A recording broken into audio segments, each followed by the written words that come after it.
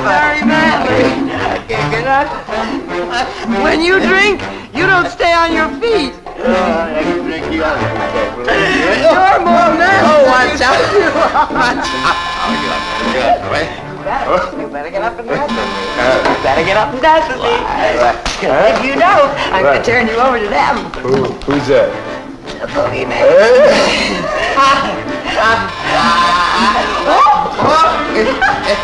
Dance! Come on, dance! Coming!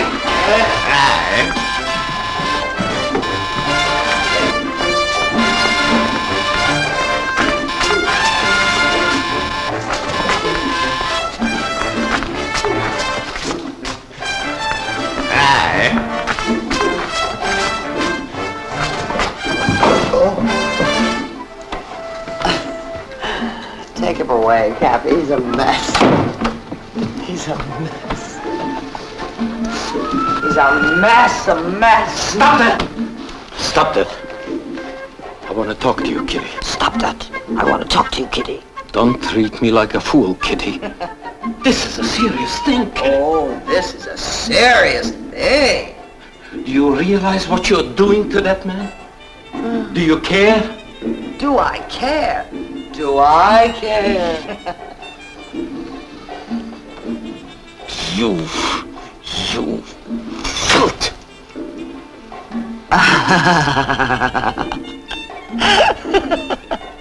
What do you want him for? What do you want him for? The man has a wife. The man has a home. What do you want him for? What do you want him for? You speak to me with respect. You speak to me with respect.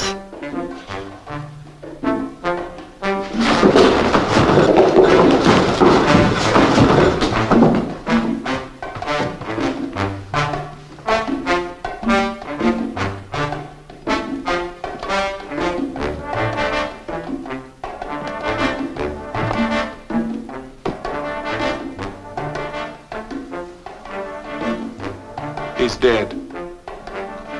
The man's dead.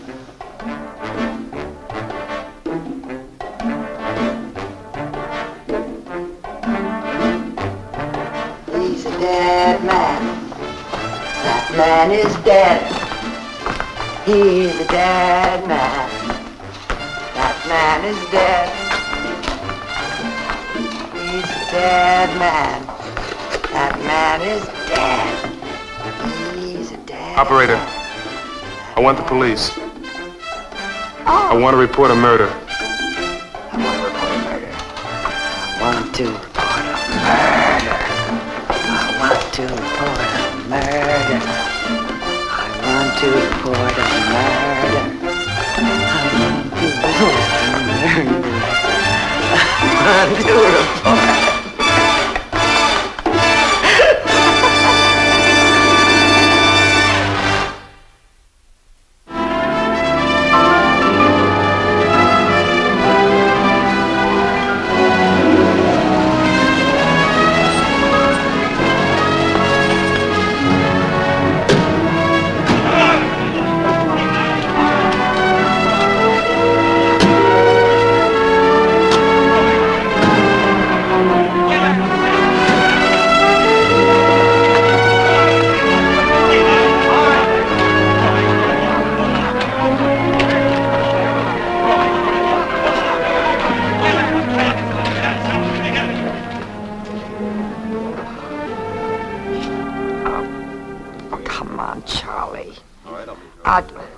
Oh, don't kid me.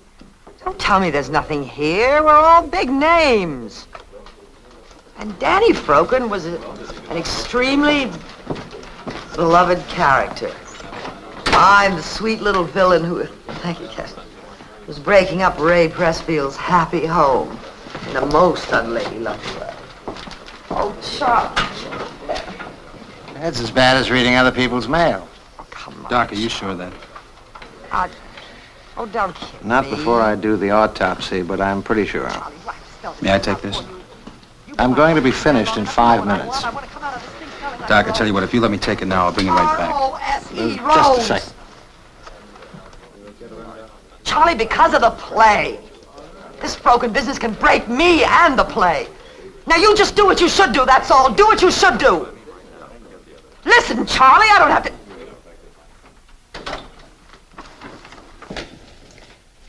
I want you to see something. What?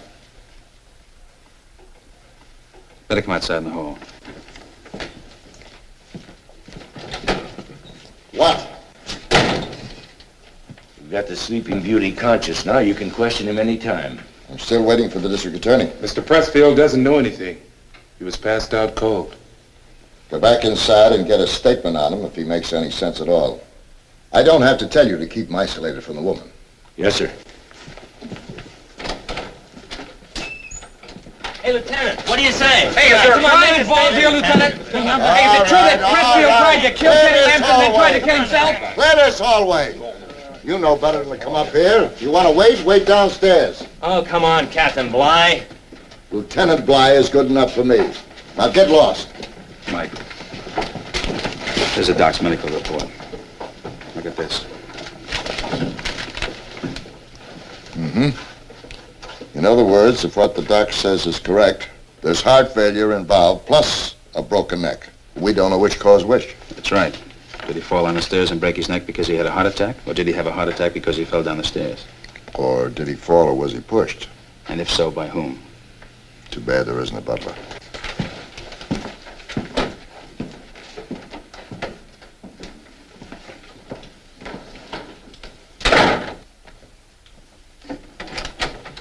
Doc.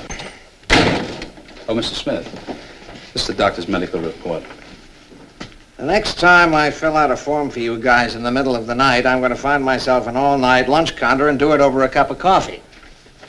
The lieutenant's expecting you. I'm sorry I look the way I do. I didn't want to take the time to shave. This is Assistant District Attorney Smith, Mr. Flares. How do you do? Pleased to meet you. Sit down. Now, are you ready to tell us your story? Yes, sir? You understand, of course, that this is all being recorded? Proceed. State your name. Cappy Fleers. Address? 1273 Park Avenue. State your occupation. I'm a chauffeur. Presently employed? I work for a family named Pressfield. I've worked for them for the past 7 years. Same address? 1273 Park Avenue. Put this down. At 1:03 a.m. this date, a person giving his name as Cappy Flares informed the precinct by telephone that a murder had been committed on the premises at 1894 Westdale Lane. Now, do you identify yourself as the person who made this call I just described? He does. Tell your story. I got a call from Miss Lamson. She said Mr. Pressfield was with her at her apartment. She wanted me to come and get him. I called Mr. Froken. The full name is Daniel Irving Froken. Mr. Froken is the name of the man who you say was murdered? Yes, sir. Why did you call Mr. Froken? Well, this woman called me to come and get Mr. Pressfield. And I don't work for her. I don't know whether Mr. Pressfield wants me to take her orders or not. I asked to speak to Mr. Pressfield. She said he was too drunk. So I called Mr. Froken to ask him what to do. Why Mr. Froken? He was Mr. Pressfield's agent. I couldn't wake Mrs. Pressfield and ask her. Could I? Mr. Froken told me to come pick him up, and he would go with me. We went to Miss Lamson's apartment. We rang the doorbell for a long time before she opened the door. When we went in, there was Mr. Pressfield. He was pretty drunk, trying to dance. Then he passed out. I went downstairs to him, Mr. Froken told Miss Lamson she ought to be ashamed of herself. She got mad and pushed him down the stairs.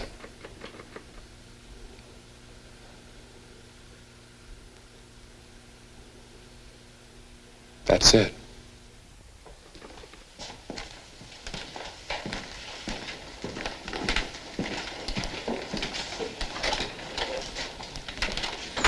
I have here an approximate floor plan of Miss Lamson's apartment.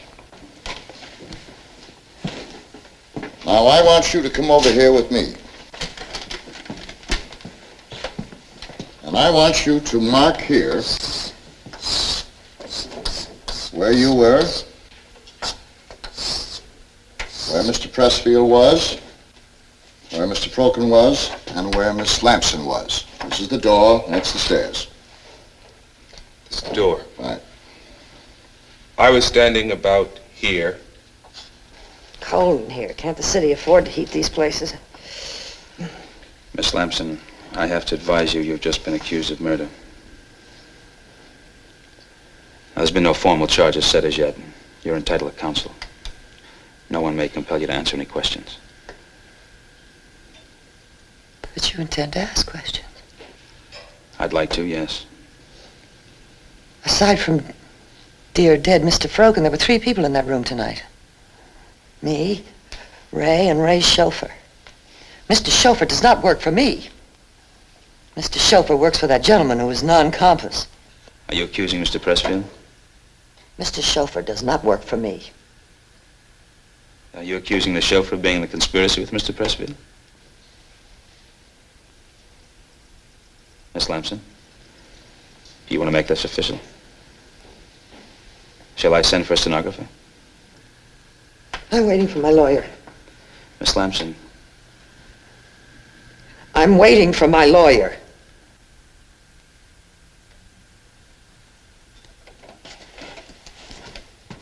When I looked up, Mr. Froken was standing here. She's waiting for a lawyer. That's her privilege. What was your impression of her? She's pretty hostile, Mike. Pretty good temper, too. I think she's capable of pushing Froken or anybody else who got her mad. Particularly if she were drunk. Drunk or sober. You know, now she's trying to imply that because Fleers works for Pressfield, that maybe she's the victim of a conspiracy to protect Pressfield. Yes, I thought of that. He doesn't remember anything, he doesn't know anything, and he's got a hangover. Okay, Smitty, let's go. All right, Mr. Flares, let's do it once more. I'm telling you the truth, Lieutenant. If you are, the woman in the next room is going to be tried for murder.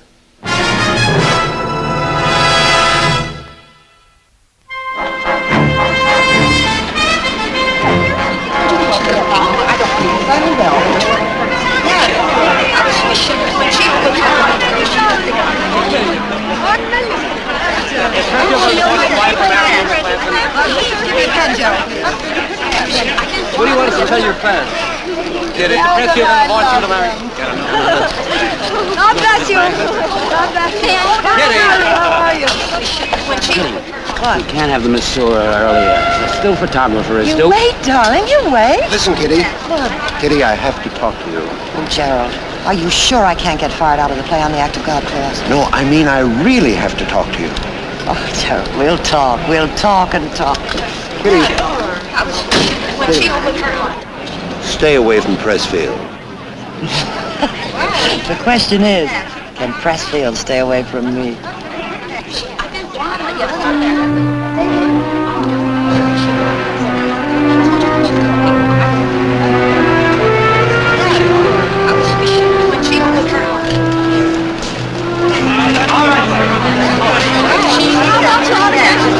Colorized, you killed Froken because he insulted Kitty Lamson. No comment, gentlemen. You're my favorite. Are you going to get a divorce? Hey, you and Kitty are going to Mexico. How about it? Well, you decided to let me know. We have something to say. Don't turn your back on your friends, Mr. Pressfield.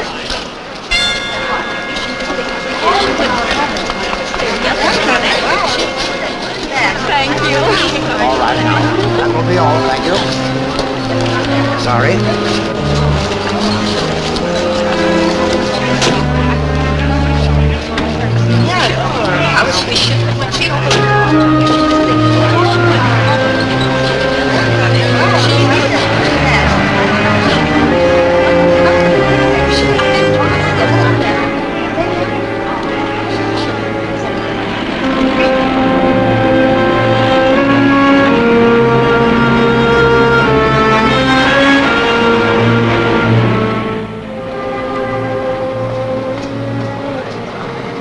Mr. Pressfield?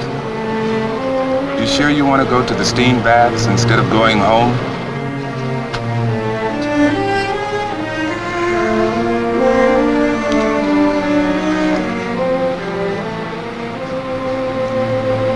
Cappy, Yes, sir? what do you think about me? I think you're a fool, Mr. Pressfield.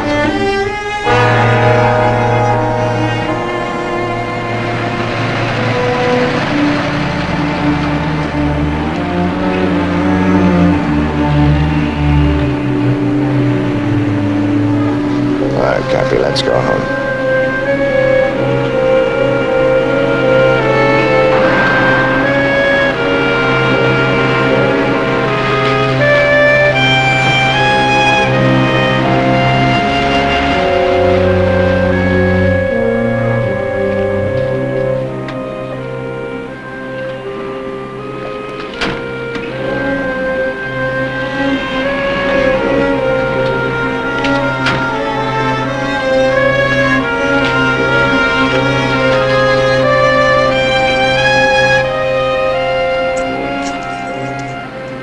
Go through the kitchen if you wanted to.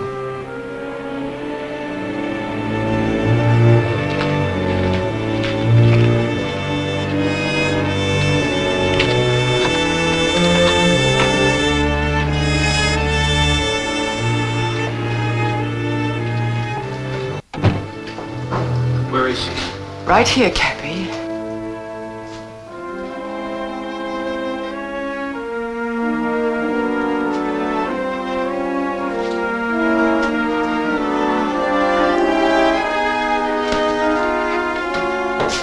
How are you, Ray?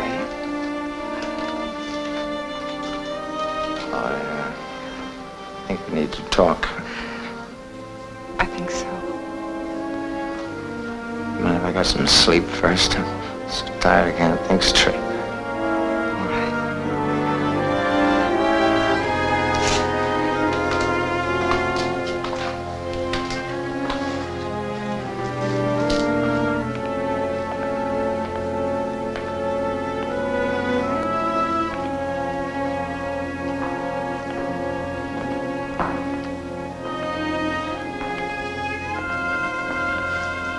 We've been waiting here all night. How did she find out? The papers called and called. I took the phone off the hook. These three been coming up together 3 times in a row. The juggler, the hanged man, and the house of God next to each other 3 times in a row. That's not good.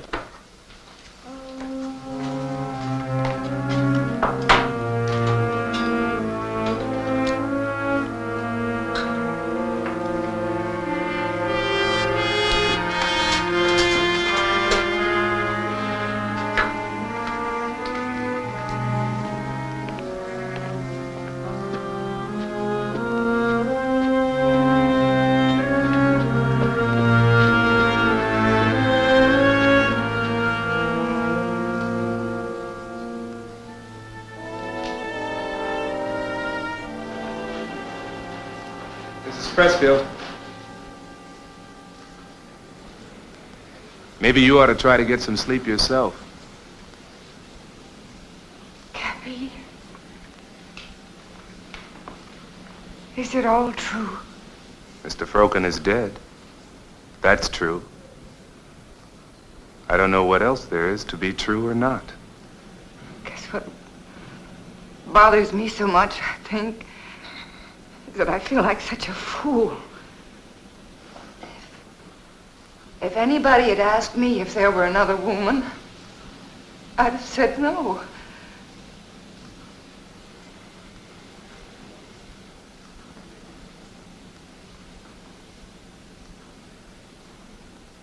I told you I was born in West Virginia. Yes? We had a house high up on the side of Smoke Hill Valley. Just an old house. After my mother died, it was lonely. After my father was killed, it was empty and dead. So I burned it. And then I left. I burned my sorrow along with it. That's what you've got to do, Mrs. Pressfield. Burn your sorrow. That's all there is of me just now, Cappy. The sorrow is all there is to me. If I burn that, the same fire consumes me.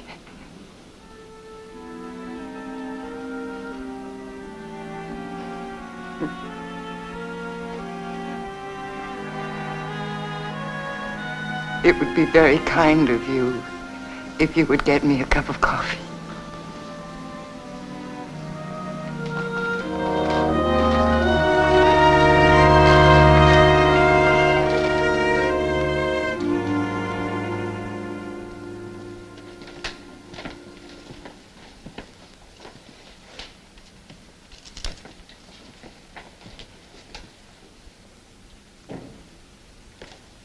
Nothing cancels out anything. If Pressfield is lying, that doesn't say that Flares is telling the truth. If Flares is lying, that doesn't say that Miss Lamson is telling the truth. Nothing cancels out. Well, you got two people that say that Pressfield was out cold. Pressfield says he was out, and the chauffeur backs him up on it. Lamson says they're lying. Well, that's 2 against 1. We've got 3 people with a motive for lying. That's what we've got. I'll tell you something we have got. Nobody denies that Froken was pushed. You're right, Adam.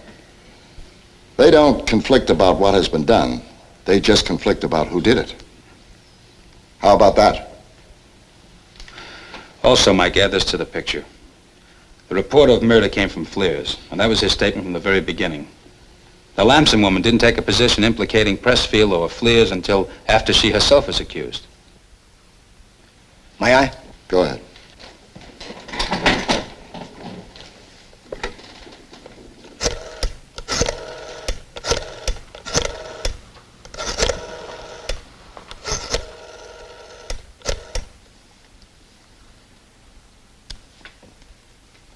The district attorney there now? This is Chuck Smith. Les, on the Daniel Froken death, I'm convinced we ought to take it to the grand jury. I want to move for an indictment of the Lamson woman on a murder, too.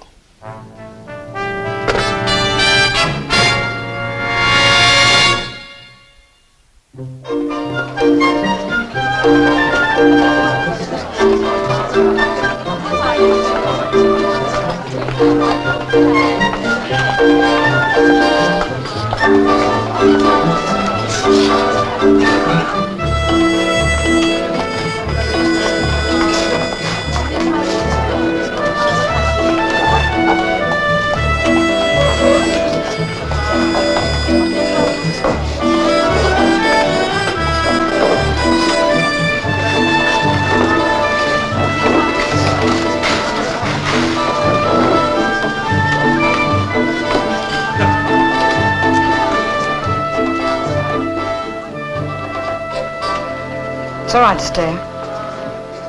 Oh. You know who she's with? No. Her 2 ex-husbands. Both of them? Mm-hmm. She's about to have another ex-husband. She moved out on her new one last week. Actress. Thank you. I'll just have the gooeyest piece of chocolate cake you have and a large glass of milk. Let me have a fried egg sandwich on white bread. Some coffee, please. Piece of the gooeyest chocolate cake. That's about 8,000 calories, huh? Well, not all actresses are skinny, you know. Lillian Russell weighed 146 pounds. I'm sorry, baby. Well, you want to know about actresses, right? Well, that's an actress. Amy Kittner. She was in Firelight Song last year. I'm sure you'll be interested. Honey, all I'm really interested in is learning about Kitty Lamson and Ray Pressfield. Twilight saw went into rehearsal with Amy Kittner playing the lead. She wouldn't do it, you see, unless Jack Allister, who was supposed to be her leading man, was dropped. Well, the producer agreed, but then Jack Allister went to the producer's wife. Of course, they'd been running around together, and the producer's wife went to the producer and said that she'd leave him unless Jack Allister was hired and Amy Kittner was dropped. Well, the producer wouldn't hear that, so then the producer's wife went to the producer's backer, and... Well, this is the kind of gossip you had in mind that you wanted to know about, isn't it?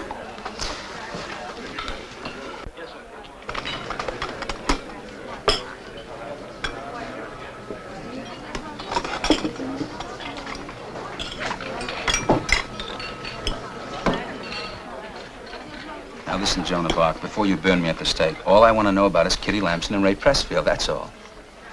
All right. Kitty Lamson.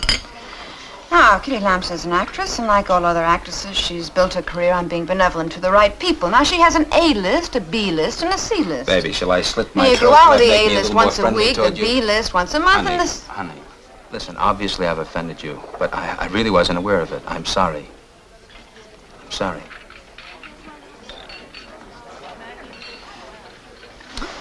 Adam, do you know how long we saw each other yesterday? 10 minutes. Yeah. The day before? We had a sandwich. Do you know how long I've waited for this lunch date with you? 3 weeks. 3 weeks to sit here for a couple of hours. And all the time we've been sitting here, you've been working, haven't you? And you walk into the apartment and you take 3.5 seconds to kiss me on the cheek. And then you begin to question me about the gossip of the Rialto, as it is sometimes laughingly called by people who don't know any better. You didn't want a lunch date. You want an informant. Well, I'm not an informant, Adam. I'm an actress. And I'm a girl. And when you get that through your head, please call me, because I won't call you. Libby. Now, please stay there. I'm not going to make a scene. Hi, Libby. Waiter.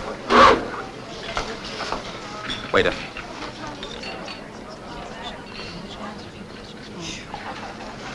Check, please. Keep the change. I understand you have some questions about the personal side of show business. You ask the questions. I've got the answers. All of them. Emma. You played this scene so many times professionally. Can you forgive me, Emma? Act 2, Scene 3. Your publicity is showing. I only know what I read in the papers.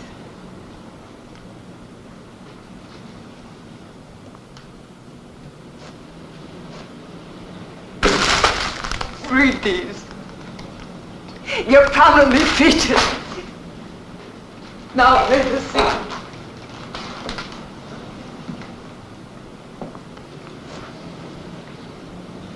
Are you gonna divorce me? I don't know.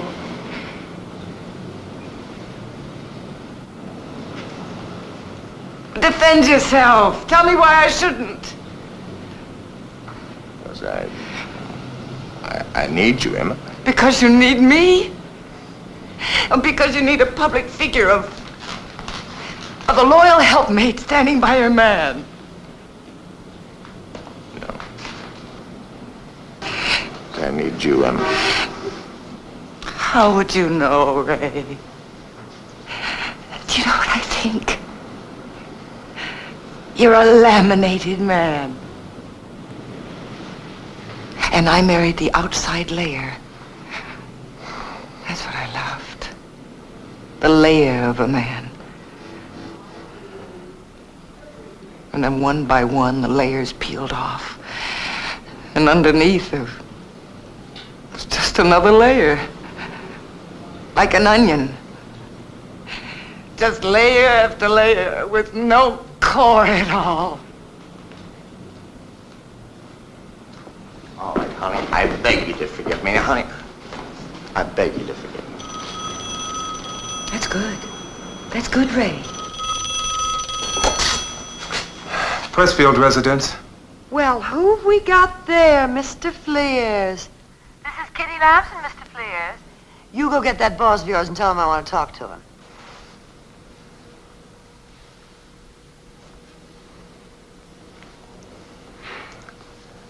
I guess he's not here right now. Oh, he's there. He's there, all right.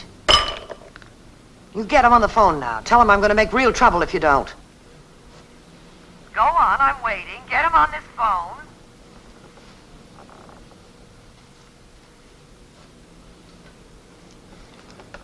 Maybe he just came in. I'll go see. Yes, you do that, Mr. Fleers. You do that little thing.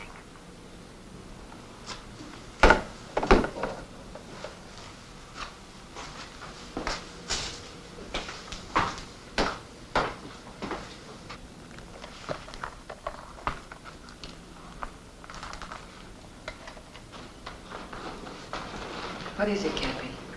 It's a phone call. It's for Mr. Pressfield. I don't want to talk to anybody right now. It's Miss Lamson on the phone. I don't want to talk to her. Honey, I swear I don't want to talk to her.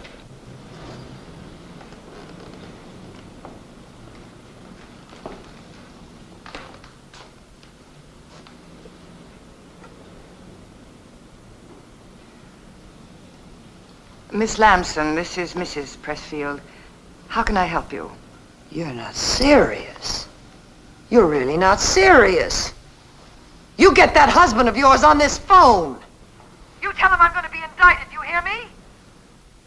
Now come on. I'm scared, Mrs. Pressfield. Get him on this phone. Miss Lamson, I want you to leave him alone. I didn't start this. I didn't go after him. Whatever you did or did not do, Miss Lamson, whatever was true or was not true in the past, Miss Lamson, my husband did not make this phone call. You did. My husband is not chasing you at the present time. Please leave him alone.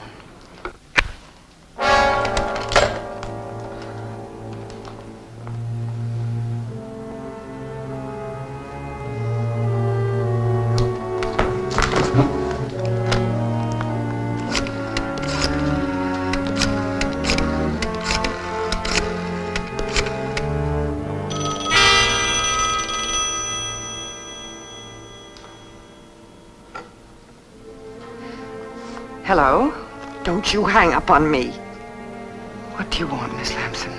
I want to talk to your husband, I told you.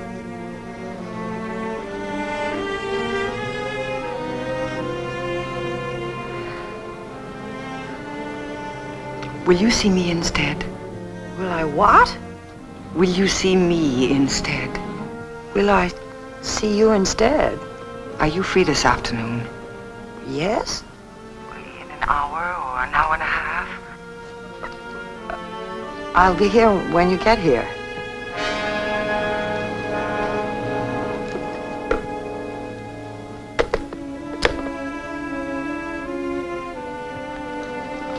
I'll need the car in an hour, Cappy. Yes, ma'am.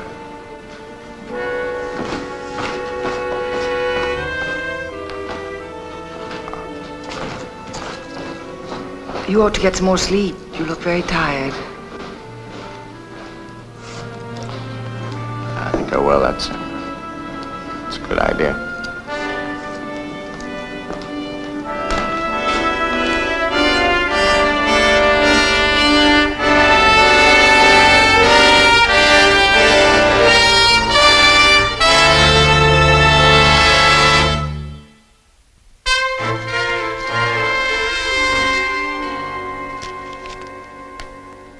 Now, here's what Froken's secretary says about him. Quote, "The man was a saint. Nobody who ever knew him could have a bad word to say against him. He used to get his own lunch sent up from the same delicatessen for over 30 years. The counterman at the delicatessen store feel the same way about Froken as the others do. Shoeshine fellow says nice things about him." Okay. They turn up anything on the chauffeur? Well, I went to the garage where the Pressfields keep their car. Everybody knows Fleers. At the garage they said Fleers is a good mechanic, a nice man, a man who minds his own business, He's honest. Now, honest. That was a word that was used a lot to describe him. They point to anything specific? Well, yeah, the night manager at the garage tells me that one night Fleers clips in close and wrinkles somebody's fender. Nobody sees it. Fleers leaves a note, pays for it out of his own pay, even though the car owner said the car had insurance. What's his attitude towards his boss? Well, nobody ever remembers him calling Pressfield anything except Mr. Pressfield. Very formal, very polite. Brings Pressfield home drunk a lot of the times, but doesn't get personal, you know? You got any line on whether Fleers could lie to cover up for Pressfield? Mike, who knows what goes on in a guy's head? Fleers is honest. He is also loyal. Whichever comes first in his book is all in his own head, no place else.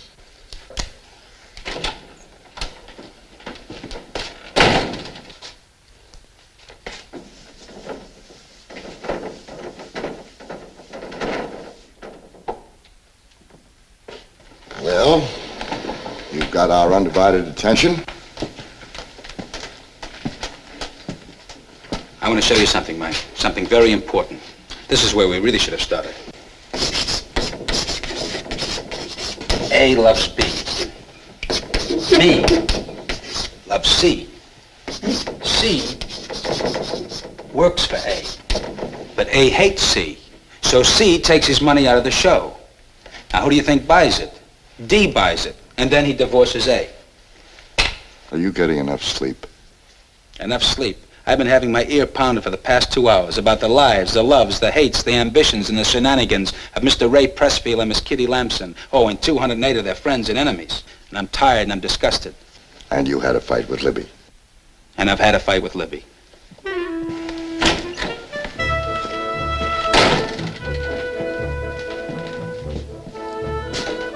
Well? Well, what? Well, go on with your report.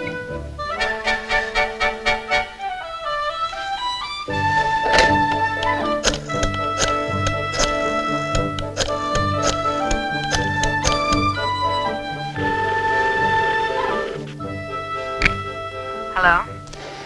Adam, I just want to call and tell you I was wrong and I apologize. I'll call you back just as soon as I get over being sore about it.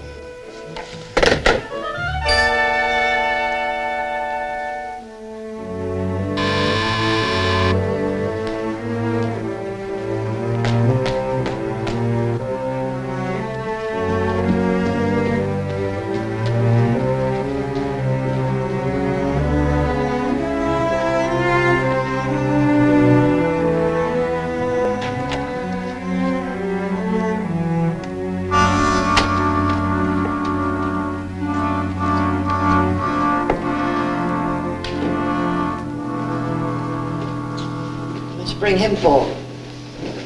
What made you think you need a bodyguard?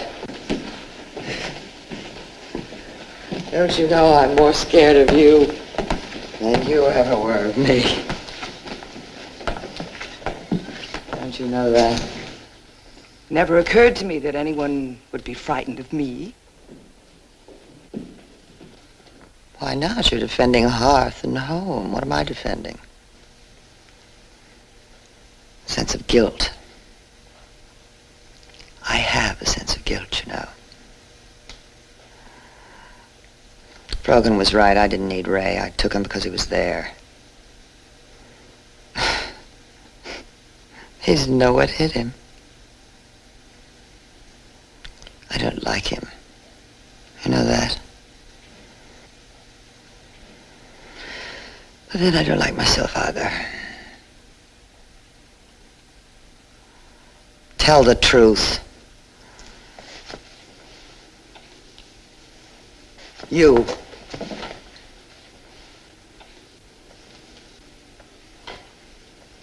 I don't want your husband. I just called him to get him to call off his dog. I'm going to be indicted for murder. Did you know that? But there is no murder.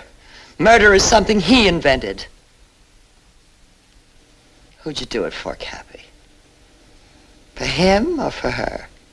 So you and your husband call off that dog. I'll leave your husband alone then. I'm a star, madam. Everything I have, I made myself.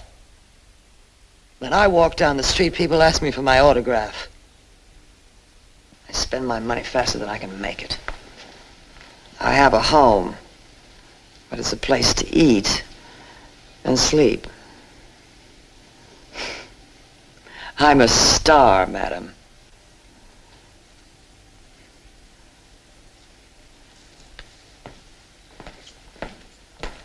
And I waste my time with imitation men like your husband.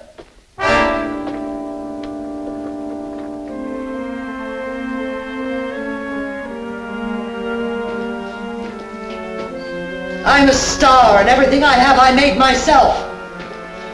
And you have no right to take it away from me. You want to trade places with me? You want to go to sleep with sleeping pills? Wake up with wake-up pills? Reduce with dieting pills? Calm your nerves with tranquilizers? Your husband is a lousy actor!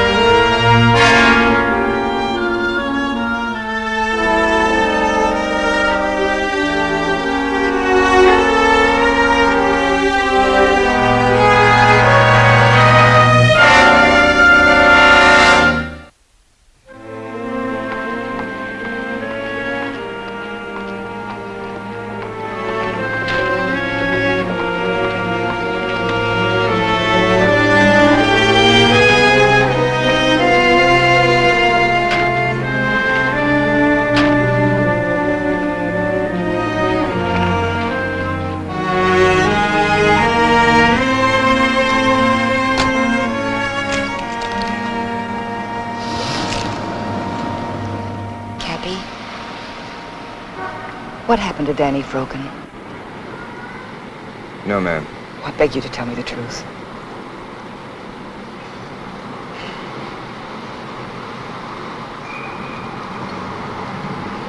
She didn't push him. Her hands never touched him.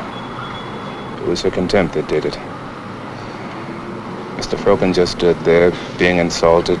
She was making fun of him. His heart gave out, fell down the stairs.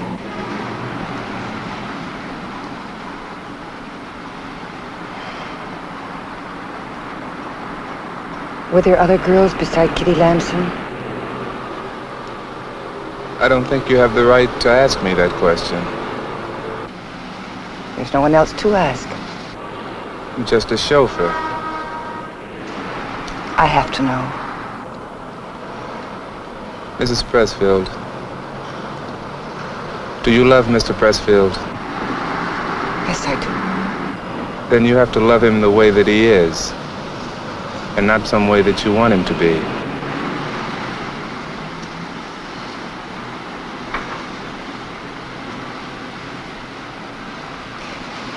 Will you take me home before you go to the police station, Captain?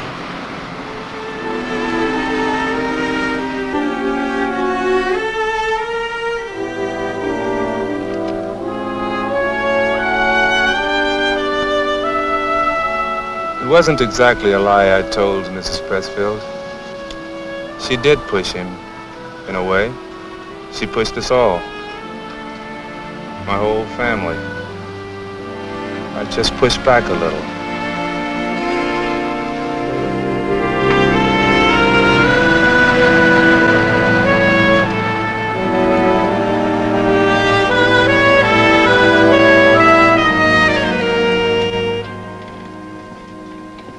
Sit down.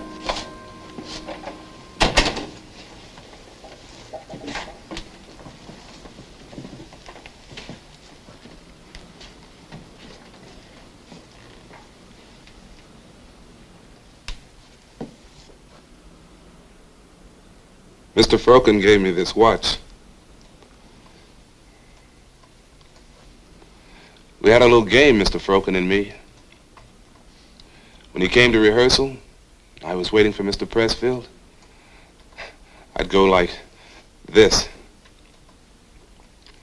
Then he'd take out his watch, make sure it was the same. He had a little pocket watch. held it like this.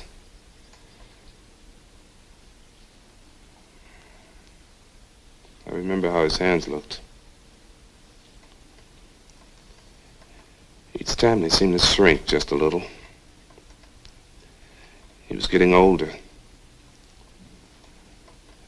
Just like my father before he died. Nobody like my father, except Mr. Froken, maybe. Although my father was much taller than Mr. Froken. You know what I remember most about my father? When I was 17, I made $50. I went to Seneca to buy a suit of clothes. But first, I went to Bennett's bar and had a drink of whiskey. At 17? They served you liquor at 17? I was big for my age. Next thing I knew, I was in Bennett's poker game in the back room. I lost the $50. When I came home that night, I had to tell Papa. He didn't fault me. Just sat there. Then he said, "Benner's game is crooked, son." "Yes, sir," I said. "I know that now." Then he said, "Tomorrow, you go and get back that money." Benner almost beat me half to death before I got my money back. I came dragging back home, supper time, and laid the $50 on the table. Papa didn't say nothing at first. Just looked at me a long time. Then he said, "For what we have just received, O Lord, we thank thee."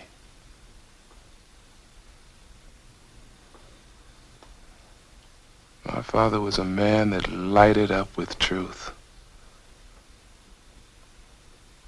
Just like Mr. Froken.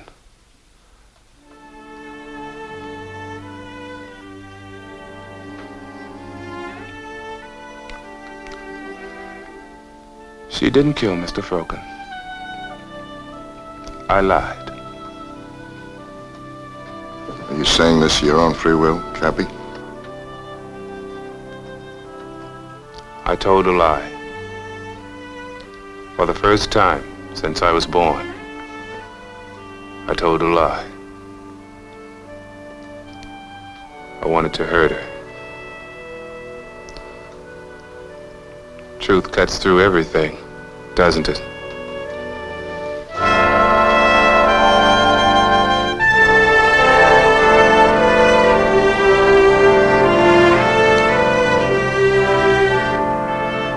There are 8 million stories in the naked city.